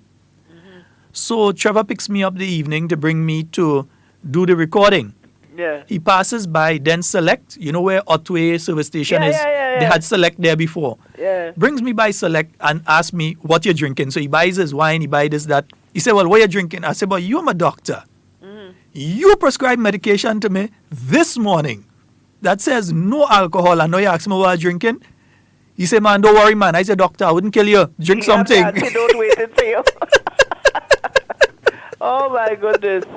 That's Trevor for you. That's Trevor. Oh, Lord. You know, we shared a lot. And, it's sad to miss him at this time. Yes, indeed. I want to say good morning to Patricia Walcott. Good to see you, girl. And Sheldon, thank you for the opportunity for sharing that we're going to be doing that for Trevor today. And reminding folks that 11:30 is the start of his process tomorrow with tribute, so don't think you're coming for a 1 o'clock thing. It's 11:30. Yeah? Thank you, Sheldon. All right. Thank you so very much. All right. Bye. And folks, we were speaking there with Miss Sherma Wells. Yeah. And you heard a lot there this morning. You heard about Dr. Trevor Friday, the late Dr. Trevor Friday, who will be laid to rest tomorrow at the Catholic Church in St. Patrick. Starting at 11:30, you'll be having the beginning of the tributes for him from 11:30 going on. And so not 1 o'clock, 11:30. And tonight, a special program being done on the Government Information Service, GIS. That's Channel 22 right now. Channel 22, GIS tonight. And I assume it'll be online as well. So GIS Channel 22, a special program where various people that he interacted with will be coming on. I saw a statement by Pele Dabo earlier. And also what I was hearing was correct. Trevor Friday defeated Hazley Crawford at the Queen's Park in 1975 in a 60-yard dash. Not sure if it was meters then. Hazley went on to win the 100-meter in the Montreal Olympics in 1976. So Trevor beat him, and then Hazley went on to win at the Olympics. All right? Yes, indeed. And he was also a good midfielder in football. So it's not only medicine and culture and being a nice person, but also in the field of sports. Yeah, so those of you that can make it for 11:30 tomorrow, you'll be hearing quite a bit about Dr. Trevor Friday. And we were lucky today to also finally get Miss Wells, why am I saying Mrs. Wells? Well, Miss Wells, to give us her story on exactly what took place on the fort from her perspective on October 19th, 1983. Those of you that missed it, remember we have a rebroadcast of this program that will be taking place from 8 p.m. tonight via 89.5, 10 p.m. via 94.9 out there in Brooklyn, and 3 a.m. in the morning. But the live will also be available on YouTube and Facebook. As soon as we finish the program, within 2-3 minutes, it'll be available there. Let's go to the phone lines. Good morning. Yes. Good morning to you, sir. Morning. How do you do today? Quite fine. Okay. You alone today? Yes, myself alone today. Okay, hello to Devon you. is still on sick leave. Okay. Now, I have to say that it is a thesis more than a thesis peshama. Mm-hmm. That was a mouthful, eh? That's the first time I've ever heard us speak of that event. The very first time. Let's go right ahead. I listen. Something else that something I wanted to ask you a few days ago. Remember we talked about the Maribor situation, and you did plan to do some cover up on that. Did you arrive at anything, or did you get anything? No, from I have not completed that yet. Okay. Next in line is the question with the Scotiabank sale. Mm-hmm. I'm happy to hear that it goes to a Caribbean buyer, although I have my reservation. Mm-hmm. I don't know. Could you remember if Grenadian did sell out the shares to the bank? The shares in which one? Scotiabank. Not Scotiabank, Republic Bank. Republic Bank. Yeah. I am not sure. I am not sure if Grenada does have, as the government of people of Grenada, in that context, I'm not sure. Because I remember those asking, those offering to buy the shares of the Grenadian people, Grenadian public. And oh yeah, there was an offer a few years ago, wasn't there? But I'm not sure how that came about. If they were successful or if people held on to their shares, I'm not sure. I would like to know, because you see that tie into what you call the present purchase. What you may be able to find that out from their financial report. They usually publish their financial report on a yearly basis, and if we can pinpoint the year that offer was made, we should be able to ascertain whether or not. I think it's 2 years ago, you know. Yeah, it wasn't that long ago. Yeah, 2 years ago it was $45 per share. They did offer. But I think that tied into the present sale, because you see they were thinking ahead, and they wanted to get the bank under the total control, so that they could have moved into the purchase, because this was negotiated for some time. However it happened, it happened. What I would like to know, and I would want you perhaps to pay particular attention to that, is the loans portfolio, because I'm following certain things in the society as it relates to all these things that is happening, particularly at the Trinidad end, to look at the portfolio, the loans portfolio, to see where and whom these loans might be going to. Okay. Okay? So all right. I give you that as a work. No problem. All right? All right. Thank you so very much. Have a great day. All right. Bye. Yes, indeed. You know, my mood kind of changed, you know. Yeah, my mood kind of changed. After I listened to Shuma there, yeah, mood kind of changed. And as I said, we will be rebroadcasting that later. Over the weekend, we took the opportunity to rebroadcast Devon's account of October 19th. And that was well received. We were able to rebroadcast that via 89.5 a couple times over the weekend. And during this week, if you have a story and you want to call and give your story in relation to what took place at that time, feel free to do so. Please feel free to do so. Yeah, you know, a time like this, I think I want to play a little piece of a tune. 440-7377 and 347-329-31 0800-550-01. We have roughly 18 minutes remaining on today's program. This is a true story. May your memory live on in this and the future generations. Rest in peace, my brother. I'm seeing Depo saying a lot of people escaped the registry then and now of that terrible event. Yeah, we have to find a means of getting the proper, full information in relation to what took place and what transpired there. Shermer's count, about 40 people. He was known as a true and just freedom fighter. To the people, he was the liberator. All the time corruption was undermining. Because good and us didn't want to be ruling. In the absence of bishop, they decide and pose a threat to hold the comrade leader under house arrest. The people saw that was out of order and decided to solve the matter. October 19, the streets were filled with demonstrators. The comrade leader was rescued by the people that day. They shouted, "We finally leader, we get we leader." The whole nation came out and supported. And we have a call online. Good morning. Good morning. Morning. How are you, Miss Jacob? Oh, God, brother. Oh, God. Over your phone is creaking a lot this morning, Miss Jacob. Yeah, I'll go and fix it. Okay. Okay. But you're okay?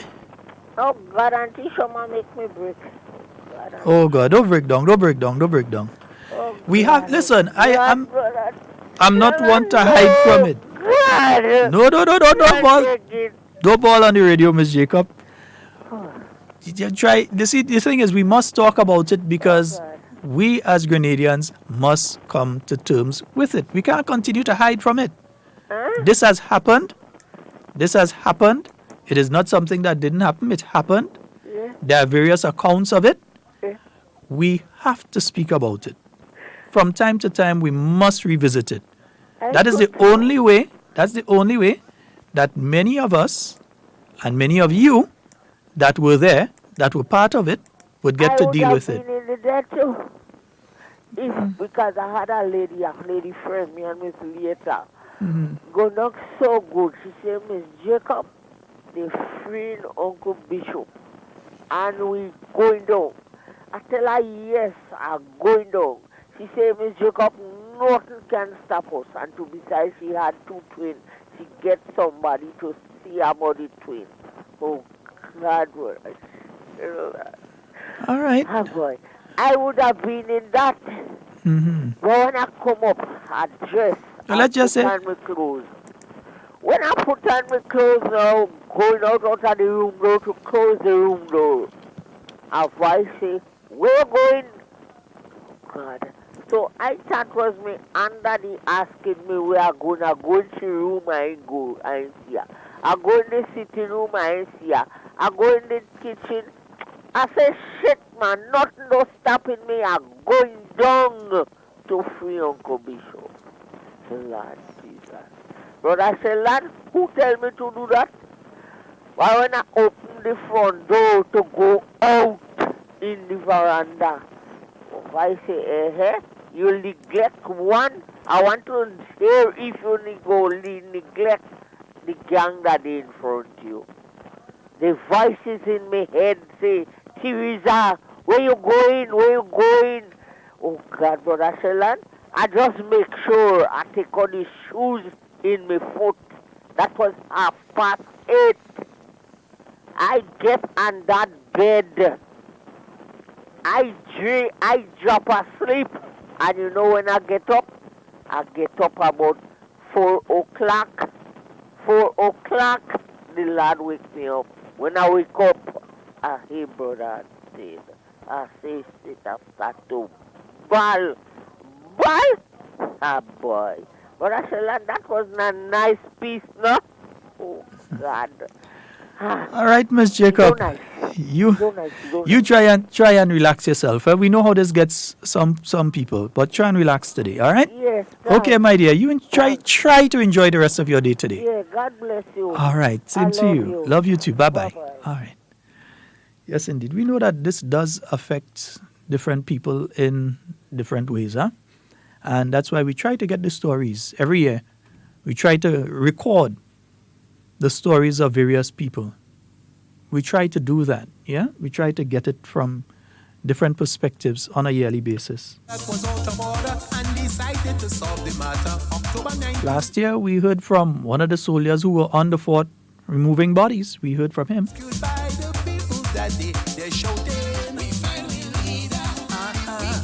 Also heard of his activities afterwards during the invasion.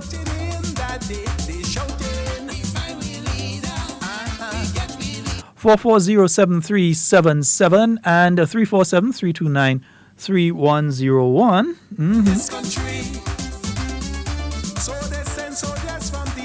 Let me say a very special happy birthday to someone this morning.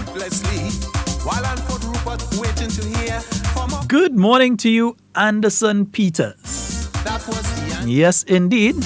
Yes, super. Good God. They're just shooting people down. Boy, who went flat on the ground, who jumping and tumbling down. They're just shooting people down. Who lost their hand, who lost their man, who lost their leg, who lost their head, who lost their belly and their baby, who lost their mind and forget what's behind. My dear people, they did it in front of eyes to see. So that's why now they must face the penalty. Oh God, Lord. Oh, hey, my Hey, good morning, Sheldon. Hi, good morning. How are everything? Quite fine. Yeah, Sheldon, I was in the heat of the battle too. Oh, go right ahead. Yeah, I was a soldier and I was guarding the prison, Mhm. and I remember October 25th. We was up there in the yard watching the helicopter land down on the airport down there. And shortly after, the commander said, get yourself in your foxhole. And very sure back of the prison, there was a water tank there. And me and the next guy, we was in a foxhole there. And when we behind we hear, I said, nice. All the time what happened, the helicopter tried to land right in front of the prison to go and take over the prison. And they get a rapid fire from the Region 1 and from the soldiers on the ground at the prison. And when we look up, we see about 6 helicopters flying overhead. Then the soldiers say, call me by my name. He said, what, boy? We are not attacked. Because helicopter passing. I always said to him, no fire. And a good thing, Brother Sheldon, we did not fire. Because whatever soldiers, they had the food hanging out, teasing us not to fire behind them. Right? But what we did not fire because what happened, the 2 helicopters passed. There was 2 helicopters in the back, so they passed like in combat. So if we did fire, we the 4 helicopters passed in front, the 2 helicopters in the back, where you recognize there were soldiers there. But when they passed, when they have far distance from us, they recognized there were soldiers on the ground and the fire. And I remember the next brother in fact which we said, brother, if we see bullets skate up to helmet. And later in the evening, I remember there were 2 bombers that passed over, and then we get the report that that's the Russian bombers. Now all the time was American bombers that passed, and they started to bomb. And later in the night, we left the ground, then we went through the bush, then we leave and we left there. We went through Hoville, and then we just clear the morning, and then we just undress and we just leave and go home. Right? But before that, I was saying to myself, what happened on the 19th? I was saying to myself, they taught us as soldiers, the weapon is not to use on the masses, but for the enemy. So I was saying to myself, like the masses turn the enemy. And I say, only how I will fire behind if I bear me, I will fire back to defend myself. But I know that you taught us something, and what you said tell us not to do, that's what you end up doing. I said, no, we just get. I would have said, no, it's difficult to tell you and don't do that. And you all the same thing, that's what you end up doing. I thought we have no zeal. I tell you, our weapon just came with our hand and they're following us. We are demoralized. All right? So far I could say that's what I experienced, because I know we are more in defense. We're not in offense, we are just the guard in the prison. Okay, my brother. Okay, thank you. Thank you so very much. Yes, and I know someone was just trying to call on the overseas line, so you can call back 347-329-3101. The caller who was just trying to call on the overseas line, you can call back about now. Yeah. Mm-hmm.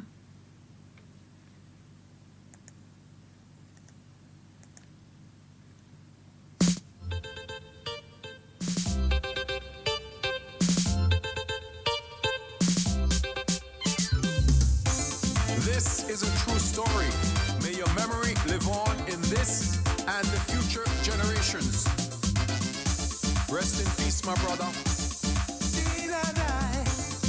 Folks, also remember it is the week before the convention of the new national party will be taking place this Sunday at the McDonald's College.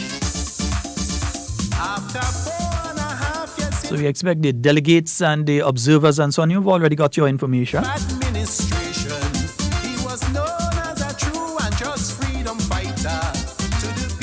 Looking forward to seeing you all on Sunday at the McDonald College, heading to the north of the island.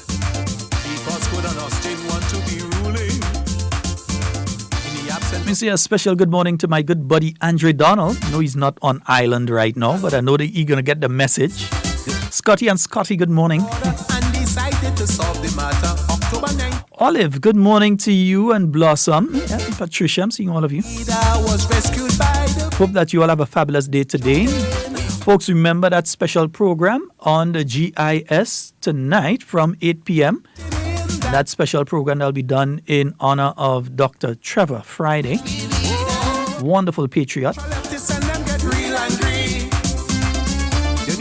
Sportsman, medical doctor, cultural enthusiast. To settle the score very ruthlessly, while on foot Rupert waiting to hear from a comrade leader, a loud explosion, that was the answer. Yes, so whoever it was trying to call on the overseas line here. You could call back now. We only have about 6 minutes remaining here, so you had to call now. People down, who went flat on the ground, who jumping and tumbling down, they just shooting people down, who lost their hand, who lost their man, who lost their leg, who lost their head, who lost their belly, and their baby, who lost their mind, and forget what's behind. My dear people, they did it in front of our eyes to see, so that's why now they must face the penalty. Oh God, Lord. Yeah, I know there's a very topical issue that's all over social media. Not going to touch that one today, but we'll be touching that one soon. I'm not going to touch it today. All the emotion and the emotional this and the emotional that doesn't help. I think after a while, we have to let the emotional thing wear off and then speak on a factual basis in relation to it and how we move forward on such issues so that they do not reoccur. Our division was taken in this country. So Anderson Peters, happy birthday to you, bro. Yeah, he's on the road to Tokyo. And when I say on the road to Tokyo from now on, you all know I'm speaking about the 2020 Olympics. And Team Grenada heading out to the 2020 Olympics. Yeah? Small Grenada with 100 and something thousand people. It's pinpointing that we're trying to get medal A and medal B. Yeah, we've got a call online. Good morning. Good morning, sir. Morning. I am mourning the death of my doctor in Grenada, Dr. Trevor Friday. I always been back and forth home. He has been my doctor.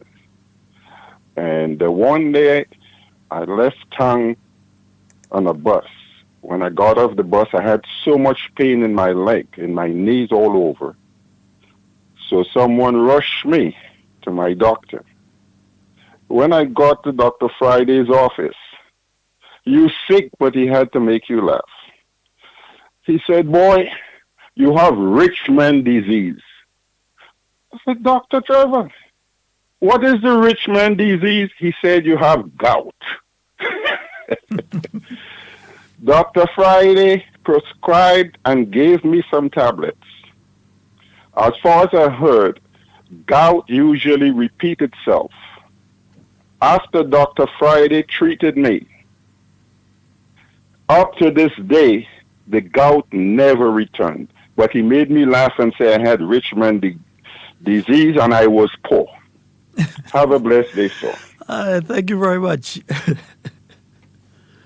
That's Trevor for you, man. That would be Trevor for you.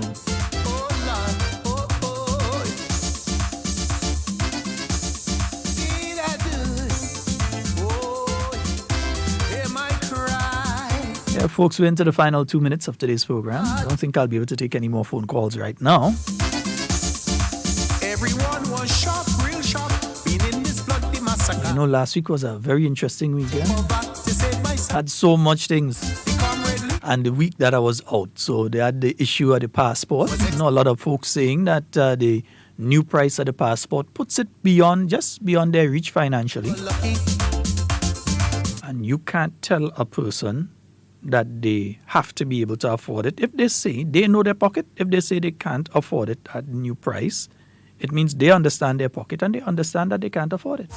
Wasn't thinking right at PM. Simple to understand. Night go pull from 6 to 6 or you will be shot on sight. I've seen a lot of things being said about this and that and so on. What I have not seen are some tangible solutions of how to address that issue by many of the people that are making comments on social media and even on some programs and so. I think what we need to see is a tangible discussion in relation to how do we move forward on that one, yeah? So there's a lot of talk about the passport. And as I said, I think what we need are more tangible discussions of how do we move forward on that one. How do we move forward? Also, I know over the weekend, Nawasa came in for some serious licks as well. Good God! Huh? Because over the weekend, you had that. And folks, let's just be fair to the staff out there at Nawasa. Before I leave, if it's the last thing I say today, it will be this. We have to be fair to the guys that are working on the repair teams out there for Nawasa. What happened over the weekend was not a planned something. Nawasa didn't plan that they are going to cut the water supply at a particular time and no one would be able to access water and so on. What happened, there was a rain event and many of you on social media, you all would or may have seen the video footage of in Bujeju, for instance, all the bamboo and other things that came down the river and other rivers and so on, of how the Concord waterfall and so on, because there was heavy rainfall up in the rainforest, up in the hillsides. Heavy rainfall. And that caused the destruction of the Nawasa pipeline network in the mountains. So while in town, you maybe have a 2 drizzle and a little bit of rain, up in the mountains it was heavy rainfall. And that destroyed the pipeline network that the Nawasa workers had to go back up there and put up until 10 o'clock in the night on Friday night. These guys were up there with rain falling and more water coming down. They were up there trying to restore the pipeline network so that they could restore water to everyone in the south of the island, for instance. We didn't have water Friday, Saturday, Sunday. Yesterday we got back some. Yeah? But you didn't have water. And it's not that Nawasa made a conscious decision and decided we're not giving water. It is the pipes were destroyed. They had to go and put up new pipes, reconnect and so on. And they couldn't even complete it Friday night because it was dark and they couldn't see and so. And the staff that were there up until 10 o'clock in the mountains on Friday night were back there by 6 o'clock on Saturday morning to restore water. So we need to give kudos to those men, and I don't know if they have women in the team too, that went about doing that job. Yeah, I think sometimes they come in for some unfair criticism. I think this is one of those times that they came in. It's a natural event. It's nothing that they can stop. So there, yes, we saw rain falling and so on, but the rainfall in the mountains were much heavier. So we have to understand that. Folks, that's all the time we have for Hard Talk today. It's been wonderful being here with you in whatever you say and do. Do it safe and secure. We want to be speaking to and with you and not about you. Remember that special GIS program tonight from 8 p.m. And that's going to be on channel 22. I don't know if we might be able to bring it on Hard Talk website and page and so on. We'll try to do that probably. Probably put the Hard Talk program a little later tonight or a little earlier so that it can be broadcast as well. So we'll attempt to broadcast that tonight via the Hard Talk network as well. So, as I said before, in whatever you say and do it safe and secure, I want to be speaking to and with you. And remember, just give people the flowers long before they're gone. The new National Party will host its national convention on Sunday, October 27th, 2019. Venue, McDonald College. Under the theme, NNP, continuing to build a stronger and resilient economy. Time, closed session begins at 9:30 a.m. Open session at 3 p.m. and goes until 6:30 p.m. Come and hear presentations on current affairs, the economy, and the way forward by our political leader, the Right Honorable Dr. Keith Mitchell. So sisters and brothers, with the team here, they're all committed to serve you, to serve the people of this country. The new National Party National Convention, Sunday, October 27th, 2019. McDonald College. Mobilize your posse. Contact your constituency office. Just be there. Sisters and brothers, thank you all.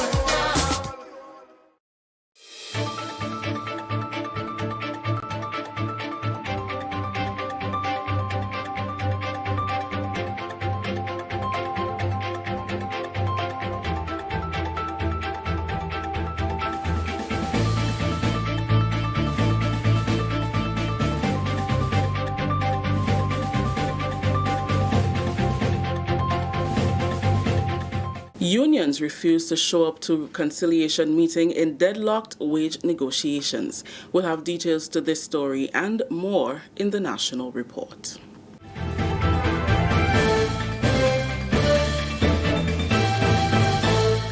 With the details to the news for Friday, October 18th, I am Rakisha St. Louis. Labour Commissioner Mr. Cyrus Griffith has issued a second invitation to the union's negotiating team for a pre-conciliation briefing on October 21st. In the letter dispatched today, the Labour Commissioner also proposed another attempt at conciliation involving the disputing parties on Tuesday 22nd. The second invitation was issued after the union's negotiating team failed to show up for Friday's conciliation talks. The government negotiating team accepted the initial invitation from the Labour Commissioner and showed up for today's conciliation meeting, as well as the pre-meeting on Thursday. The unions also failed to show up for Thursday's pre-conciliation briefing, choosing instead to present a letter to the Labour Commissioner requesting that he use his good office to encourage the disputing parties to return to the negotiating table. Friday's letter from the Labour Commissioner also advised the unions that their failure to attend conciliation constitutes a breach of the Labour Relations Act and the procedures outlined in the collective labour agreement between the unions and the government. The conciliation talks are aimed at breaking a deadlock in negotiations declared by the government negotiating team, given the wide disparity in proposals presented by either side for wage increases for public officers. The union's revised demand represents a 24% increase in salary for public officers over the next contract cycle, 2020 to 2023, which is expected to increase government's wage bill by $89 million, just $1 million less than the original proposal. Government's negotiating team is offering public officers increases amounting to $27 million as part of an overall package that also includes pension restoration to qualifying officers. Grenada moves a step closer towards implementing a geothermal development project through collaboration with the government of New Zealand. The project will expand access to affordable, reliable, climate-resilient energy solutions from geothermal resources and will also reduce this country's reliance on imported fossil fuel. On Friday, Energy Minister Honorable Gregory Bowen and New Zealand High Commissioner Anton Ohala signed a partnership agreement towards the project's implementation, which is expected to take 3 to 5 years. Minister Bowen described the project as being timely as Grenada anticipates an increase in demands for electricity. He is optimistic that once the project is successful, Grenada can achieve its 2035 sustainable plan of being 100% energy renewable. We do expect a significant rise in the demand for electricity. It has been stagnant over the last few years, which is, small percentage increases. But with the advancement that we have made with the economy and our plans, our 2035-year plan, to significantly improve through the rate that we are going and through the sacrifices that we have made and the results that we have seen, the 5% growth, that should increase, and with it, the demand for electricity. So your intervention, your assistance with the other technical partners will move this forward tremendously. The project, now in its exploratory stage, with the environmental and social impact assessments nearing completion, will be piloted in St. John and St. Patrick. Permanent Secretary in the Ministry of Energy and Implementation, Kim Frederick, highlighted the objectives of the geothermal project. The ultimate objective of the geothermal project is the addition of 15 megawatts of geothermal energy to the national energy mix, which will account for approximately 50% of Grenada's peak electricity demand. Under the Caribbean Geothermal Technical Assistance Facility and through the partnership agreement that will be signed shortly, the Ministry of Foreign Affairs and Trade will provide technical assistance services that are mutually agreed by the Government of Grenada and the Government of New Zealand to support geothermal exploration and development in Grenada. The overarching goal is to expand access to affordable, reliable, climate-resilient energy solutions from geothermal resources and the reduced reliance on imported fossil fuel in Grenada. The government was commended by the High Commissioner on its interest in implementing the project, which will be spread throughout the Caribbean. He pledged his government's continued support to Grenada. I think we are now building up something of a track record in the region on geothermal, having done some work in Dominica and currently being involved in St. Vincent and the Grenadines as well.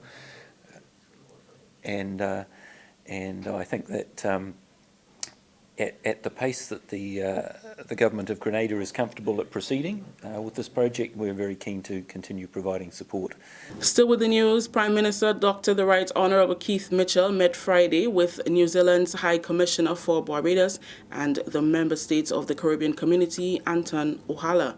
Presenting his credentials to the Prime Minister, Mr. Ohala noted the similar challenges faced by Pacific and Caribbean islands, chief among these being the impact of climate change. The importance of renewable energy was discussed, and the Prime Minister recalled having the opportunity to visit alternative energy sites in New Zealand a few years ago. A significant portion of electricity in New Zealand is created using renewable energy. Dr. Mitchell welcomed the signing of a Memorandum of Understanding between Grenada and New Zealand, which focuses on geothermal energy. The Prime Minister underscored the importance of technical support in this and other areas, noting that it is an avenue through which Grenada can build its human resource capacity. Grenada and New Zealand established diplomatic relations in September 2013. This is the National Report. More news after the break. Grenada, it's coming as the Ministry of Youth, Development, Sports, Culture and the Arts brings to you National Youth Week 2019, and it's one full week of activities, vibes and action as the nation turns their attention on the nation's youth. And it's from Saturday, October 19 till Saturday, November 2nd under the theme Embracing Opportunities, Sowing Higher. October 19th and 20th, National Community Service Weekend, island-wide. October 26th, Health Walk and Ministers Address. October 28th, Youth Vibe. October 29th, St. John's Youth Parliament. October 30th, Job Fair and Career Day. October 31st, Fun Nights. November 1st, Discovering Talents and Expo. November 2nd, it's National Youth Awards. Sunday, November 3rd, Ecumenical Service and Peace Concert. So urging everyone to be a part of Youth Week 2019, October 19th to November 2nd. Welcome back. The Ministry of Legal Affairs has noted the concern being expressed by some Grenadians regarding the outcome of a recent matter involving a sex offender which was heard in the Grenville Magistrate Court.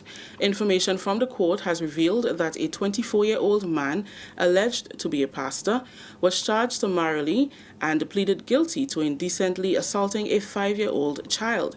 He was fined $1,500 and ordered to pay the medical expenses incurred by the family. No prison term was imposed. Today, we were advised that the Commissioner of Police, on the advice of the Director of the Public Prosecutions, has filed an appeal against the sentence imposed by the magistrate. The essence of that appeal is that the sentence imposed is manifestly inadequate, having regards to the circumstances of the case and the present legislation. Pursuant to the Criminal Code, the offense of indecent assault carries a maximum penalty of 5 years imprisonment. This matter highlights the issue of sexual offenses in Grenada against children and the need to ensure that existing laws indeed achieve the objective of deterring such offenses and to protect the vulnerable in our society. In 2012, after a consultative process with civil society, various provisions relating to sexual offenses in the Criminal Code were amended to increase the penalties for those offenses. Presently, the Attorney General's Office, in consultation with various stakeholders, including the Ministers of Legal Affairs and Social Development, is actively developing various administrative and legislative mechanisms to provide greater protection for children and other victims of sexual offenses. Work has also been done on the draft bill relating to a registration of the sexual offenders, which has been considered by various stakeholders in preparation of it being submitted to Parliament. Government is confident that the existing measures and others presently under consideration will foster greater effectiveness in the fight against sexual offenses. Finally, in the news and in related news, the Commissioner of Police has filed an appeal of the sentence handed down to Treverson Roberts, who was charged summarily and pleaded guilty in the Grenville Magistrate Court this week to 1 count of indecent assault. The offense was committed against a minor. The commissioner, in whose name the indecent assault case was brought, acted on the advice of the Director of Public Prosecutions in appealing the leniency of the sentence. Roberts was sentenced to pay a fine of $1,500 to the state of Grenada and $600 to the family of the child as compensation for medical expenses. The maximum sentence for the charge of indecent assault is 5 years imprisonment. That story just ended the national report for today, Friday, October 18th. Let's recap the top story. Unions refuse to show up for a conciliation meeting in deadlocked wage negotiations. On behalf of the entire news team here at the Government Information Service, I am Rakisha St. Louis saying thank you for joining us. Until next time.